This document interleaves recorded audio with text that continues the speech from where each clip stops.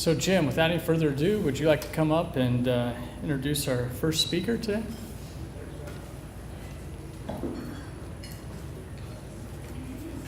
First of all, I hope that video gets you fired up to be associated with the Yotes. It gets me, every time I see that, I feel proud to be associated with this place.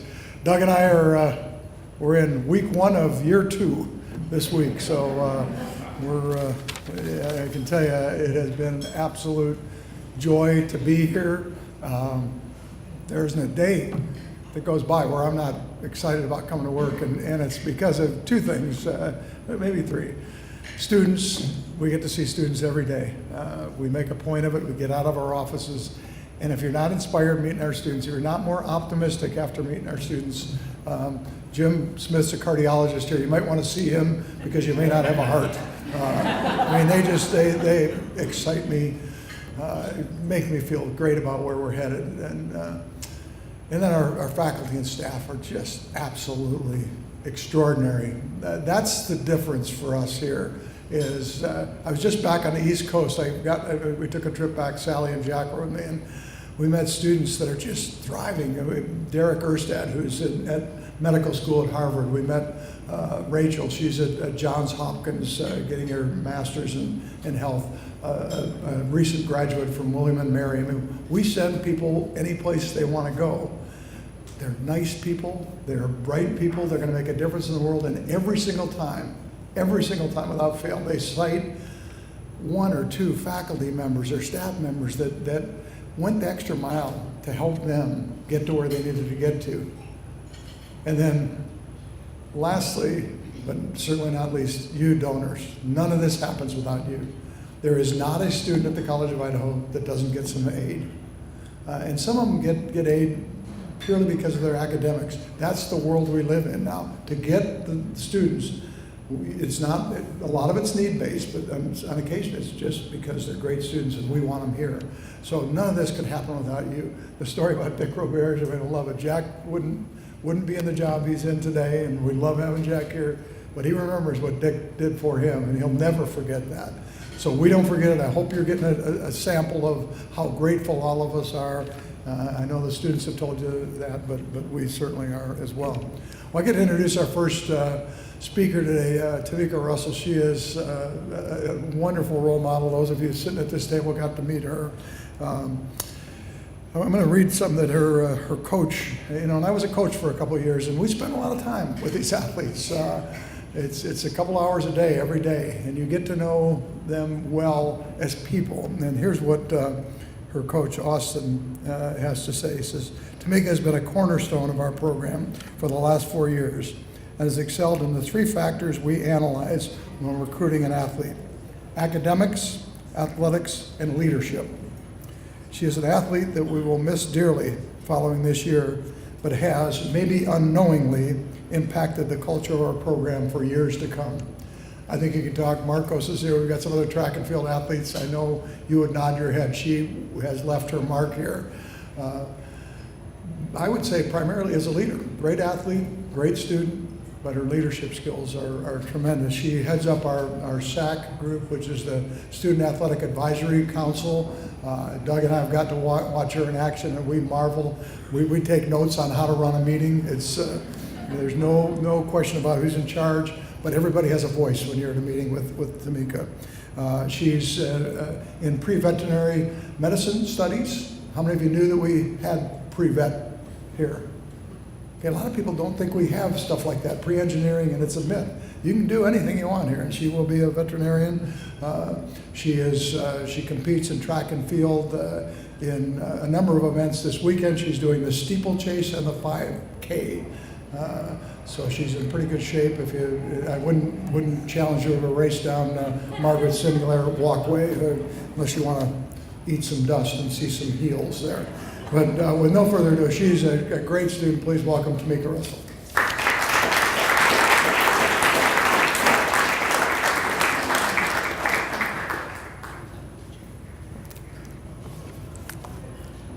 Thanks, Jim. So my name is Tamika Russell, and I'm a senior here at the College of Idaho. I run cross country and track for the college. I just want to start out by saying thank you for everyone that is here and that has made like scholarships and like this opportunity for me and other students possible. So I'm from Caldwell, so I didn't go too far away from home. My story of getting to C of I is a little interesting. I refused to actually come and visit C of I at first because it was too close to home. I had a coach in high school that was like adamant about getting me here for a visit. She was just like, you're C of I material, you just need to go, you're gonna love it, like you'll fit right in. And I was like, no, it's too close to home, like I wanna go as far away as possible. And then she's like, no, you really need to go. And I was like, okay, I'll go, I'll just do it so I can stop hearing about it. And so I scheduled an appointment with Pat McCurry, our coach at the time, to come and set up a visit with him because I was really interested in running cross country and track at college. So I set up this visit. I'm at C of I, I'm in his office, and I'm like, wow, this is an awesome program. And then I have two girls walk me to lunch, and there's probably 15 people sitting at one table, men and women that are on the cross country and track team, and I was just like, wow, this is like a family. And then I get to meet a ton of different people on campus, as well as professors, and I was like, wow, everyone's so nice here.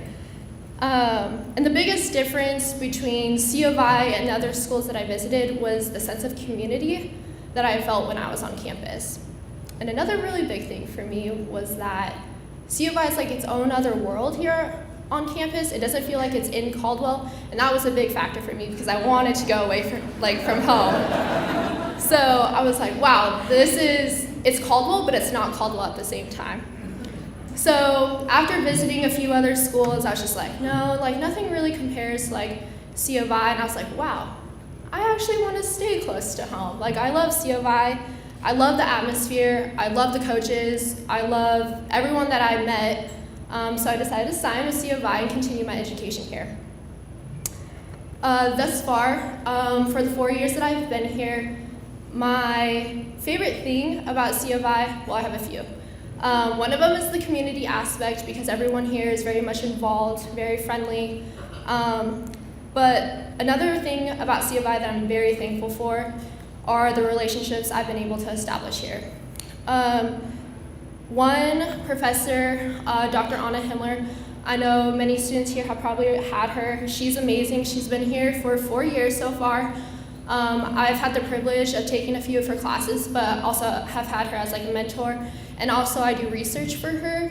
And she not only cares about me academically and like helping me pursue what I want to do in like the future, but she also cares about me and like my life, and she understands that like I'm a student, but I also have a life.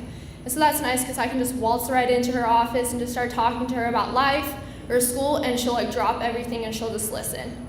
And that's one thing that I'm very grateful for because I feel like a lot of students can also relate to other professors, just listening to them. They care about like what they want to do with their life, and not just school, anything else, like any problems they're struggling with or anything that they're successful with outside of school.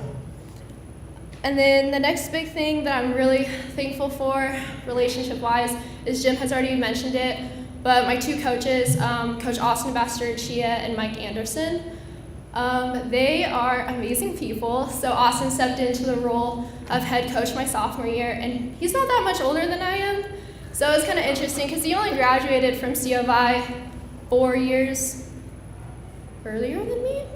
And so they just make practice so much fun. But also, again, you can walk into their office, you can talk about school, you can talk about athletics, but most importantly, they want to talk about like you and what you want to do. And I've never met another coach that stresses enough like how important it is that you're a student before you're an athlete, and how much they care about what you want to do in the future. And that is something that I've loved because some coaches elsewhere might just be solely athletics, but they care about you as a person and what you want to do. So I'm very grateful for them for that.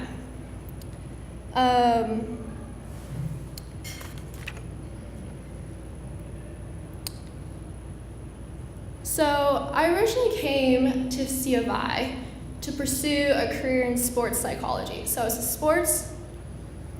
a psych major. And then once I took a few psych classes, I was like, there is no way I can do this for the rest of my life. And then I was like, well, I'll just do biology because then I could do a ton of different things with that.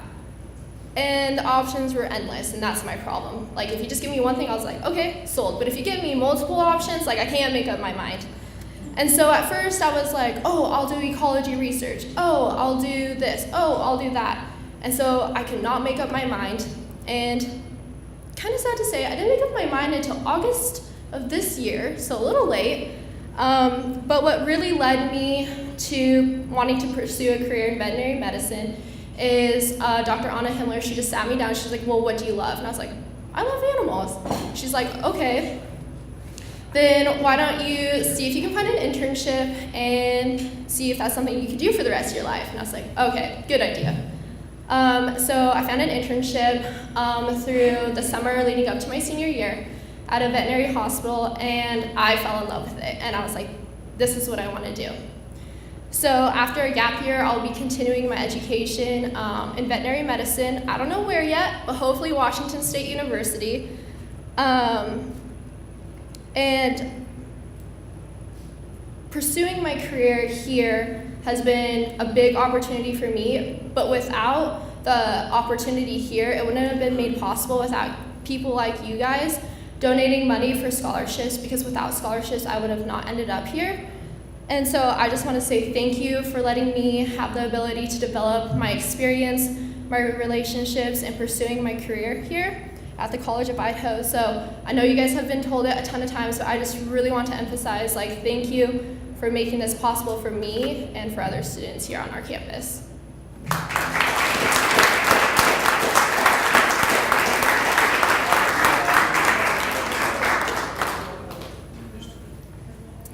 Thanks, Tamika. So for those of you that I haven't met, I'm Doug Brigham. I'm the uglier half of the co-presidency. I could go on and on about the lower half I am, but I'll stop for now. Thanks again, as Jim said, for all of you coming out today. This is a special day for me. I'm a graduate of the college. I would never have been able to attend here without scholarships. And yes, Marty, I got some, none from you. But it would have never been here without them. And for those students that are here, let me just give you a couple of examples that are sitting in this room of the connections that you all can make through events like this. So again, I was a scholarship recipient. I was hired by someone sitting right over here, Alan Moore.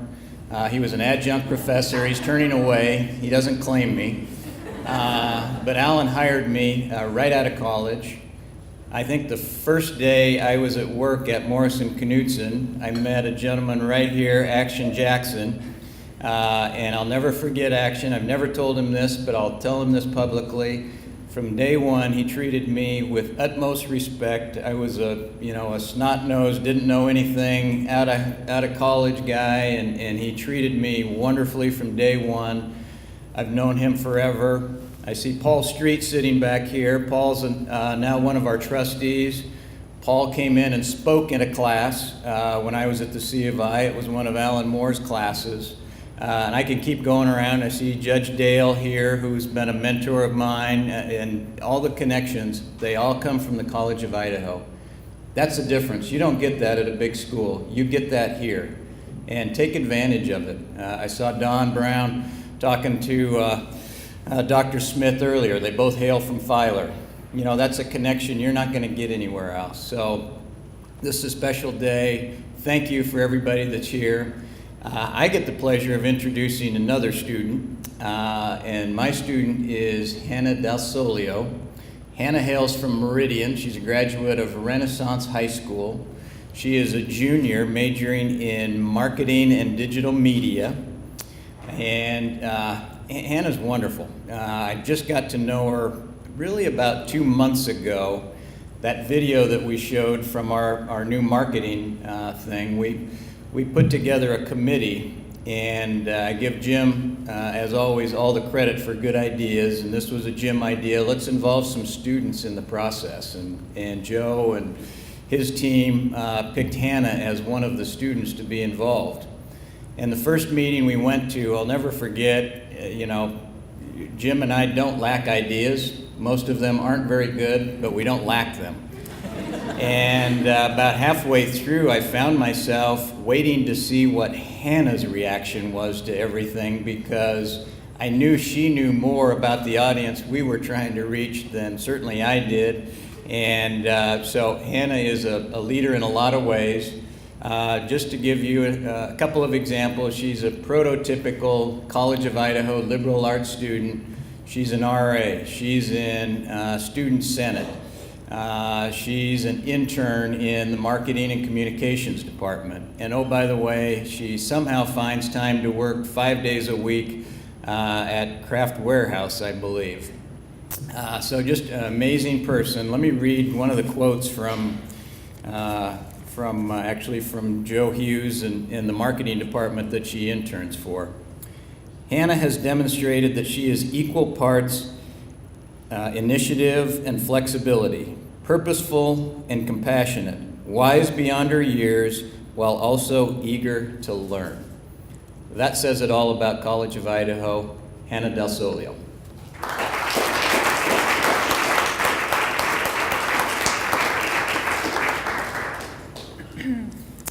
Okay, hi everybody.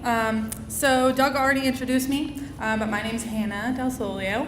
I'm really proud of you for pronouncing it right. Good work. There's a silent G in there, so it throws people off. But I'm a junior studying marketing and digital media. My goal by the end of my 4 years is to find work doing marketing and design for nonprofits and social enterprises. So it's crazy even to me to think that I started here as a freshman studying biology to become a geneticist. I'm not doing that anymore. I started in biology, switched to environmental studies, added marketing and digital media as a second major, and then wised up and dropped one of the majors to just focus on marketing. At holidays and get-togethers, my family has stopped asking me what I'm studying because it changes every couple of months, and they've just started asking me if I'm actually going to graduate in 2020. This story is probably familiar to a lot of people in this room, especially students and alumni. The beauty of the College of Idaho is not only that I can be this indecisive about what I want to study and still finish in 4 years, but that I can be this indecisive about what I want to study and still continue to find encouragement, support, and people that will be there to help me out even after I've submitted my 4th major declaration form to the registrar's office. When Jim Everett asked me to speak at this luncheon, I had to decide exactly what I wanted to tell you about my experience that you would be interested to hear, and I decided that I wanted to tell you about that experience, finding the support that I needed at the College of Idaho. I started off as a freshman, wanting to study genetics and to make a difference in the world in a white lab coat. I liked biology, and I told my mom I didn't want to be a doctor because I didn't think I was a people person, and I didn't want to deal with people all day, every day for the rest of my life. Turns out I am a people person. I really do like people, but I don't want to be a doctor because I'm not very good at human biology.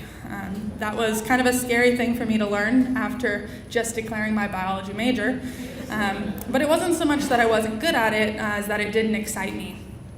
The spring of my freshman year, 2017, I decided to take a graphic design class because I like art and do it as a hobby, thought it might be kind of fun.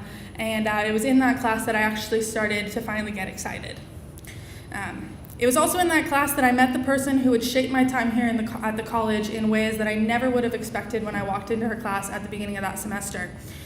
She was incredibly supportive of the art that I was creating in graphic design, and she helped me grow every time I was in that computer lab. And while I was planning my future to focus more on environmental science and field research, she really encouraged me to consider adding my passion for art and digital media into the equation. Figurative equation, though, I'm not a math major either. This person is Alice Vinson. She is, in my opinion, one of the best professors we have on this campus, although I told that to Jasper Licalzi one day, and he insisted that he gets to take the number 1 seat, so I guess I'll call her number 2. It was because of Alice primarily that I joined the marketing and digital media major. I had all these doubts in my mind from years of people in the media and people in my life telling me that there's no money in art and that an art degree is a waste, and even that marketing is not a great investment compared to STEM and all the science that I was pursuing. At the time, it was a really big decision for me to write in marketing and digital media on my 2nd major declaration form. I paired it with environmental studies at the time, thinking that it would be safer that way, but it turned out that it was just too overwhelming. I was juggling 2 very large majors, and while Peak did make that possible, it was too much to finish in 3 years, and I didn't really want to take a 5th. While I did keep my fingers in both those pies, however, I was able to explore my interests through some really incredible high-impact experiences, especially the ones I did over the last year. Alice encouraged me to apply for a trip that she and Professor Rob Daly from the Political Economy Department took to Thailand in the summer of 2018. The trip was looking for 2 digital art students to create a documentary on a group of refugee migrants from Myanmar that had settled in northern Thailand over the last few decades. And though it had nothing to do with environmental research, I thought that it would probably be the opportunity of a lifetime. And it was. Kennedy Alvaro and I, the 2 digital art students who ended up being selected for the trip, just finished the first full draft of our documentary, and next weekend we're going to be taking it to a conference in San Diego to show what we learned and what we created, as well as the more formal political economy research that the other students on the trip completed while we were there. I can go on and on about what an incredible experience that 3 weeks in Thailand was. I have audio clips that I found while I was editing where you can hear me and whoever I was standing with just in awe about what we were experiencing and the fact that we could work so closely with such incredible people as these refugees in Thailand. But for the sake of time and to encourage everyone to watch the documentary once it is published, I'll say that it was life-changing. The whole time I was there, all I could think about is that if I could do this for the rest of my life, I would be happy. I told this to Alice and Rob both while we were eating at this little restaurant in a small village in Myanmar one day, which is not a sentence I would ever thought I would say. My doubts, however, were still there. I told them that being in Thailand, filming, interviewing, and photographing really made me want to pursue art more seriously than I was already, but I was afraid of what my parents would think, my family, people in my life, who had encouraged me to stick to the more practical sciences and business. I told them that I had barely discussed, even with my parents, that I was unhappy pursuing the track that I was on, and at the rate I was going, I wasn't sure if it was even worth the time and the money that I was spending to get mediocre grades in classes I didn't even like.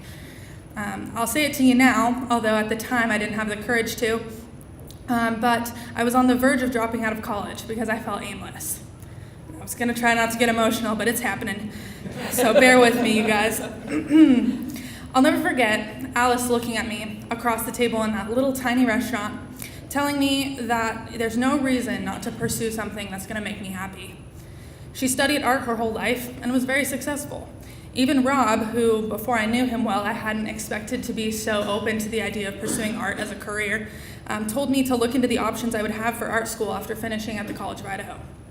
They didn't shame me for my doubts, not that my family or friends ever did, but more than anyone else I had ever talked to, they empowered me to make my own happiness a priority and to follow the joy I was finding in filming in Thailand once I got back to Idaho. Now that I'm back and finishing my junior year, I'm beyond glad that I didn't leave the college.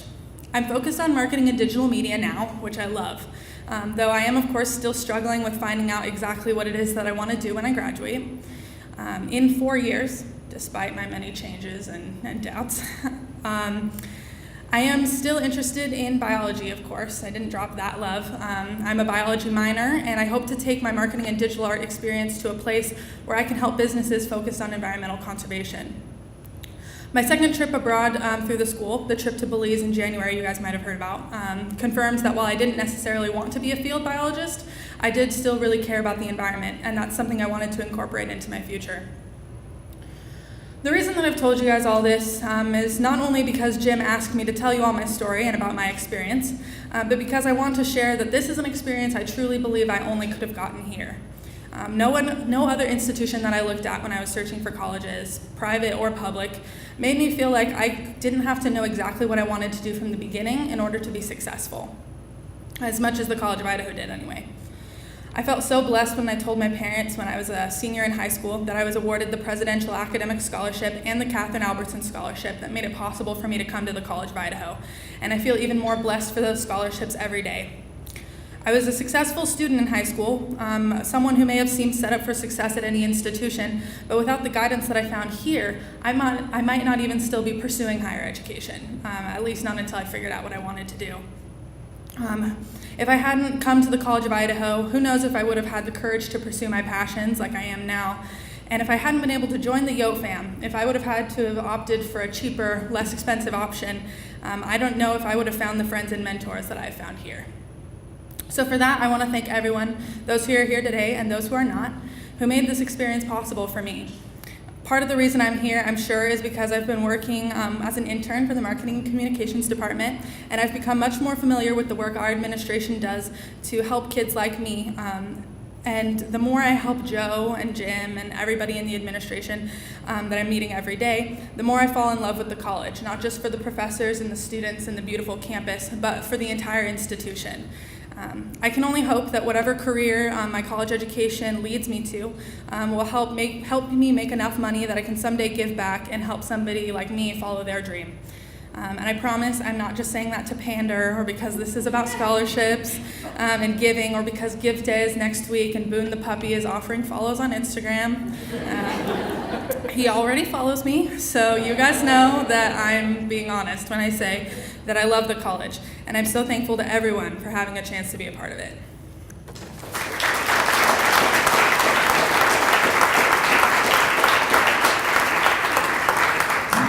Thank you. Hannah, for what it's worth, Dr. Robert probably still has a 2-page essay on why I was going to be a rural medicine doctor in Idaho, and it didn't go, so anyway. You're going to be great. We finished right on time. We vowed to get students back to class. We have a few minutes here, and then we'll be offering tours around campus. And I'm told we do have a golf cart for those that might want to get a free ride around. We'll have to go over and show you the new library, Boone Science Hall, some of the lab spaces, and really just give you an opportunity to see it. But for a few more minutes, feel free to talk with the students. They've got to be a class, I believe, at 1, so we have about 10 minutes. So thank you all for coming, and thank you all for all you do for our students here at the college.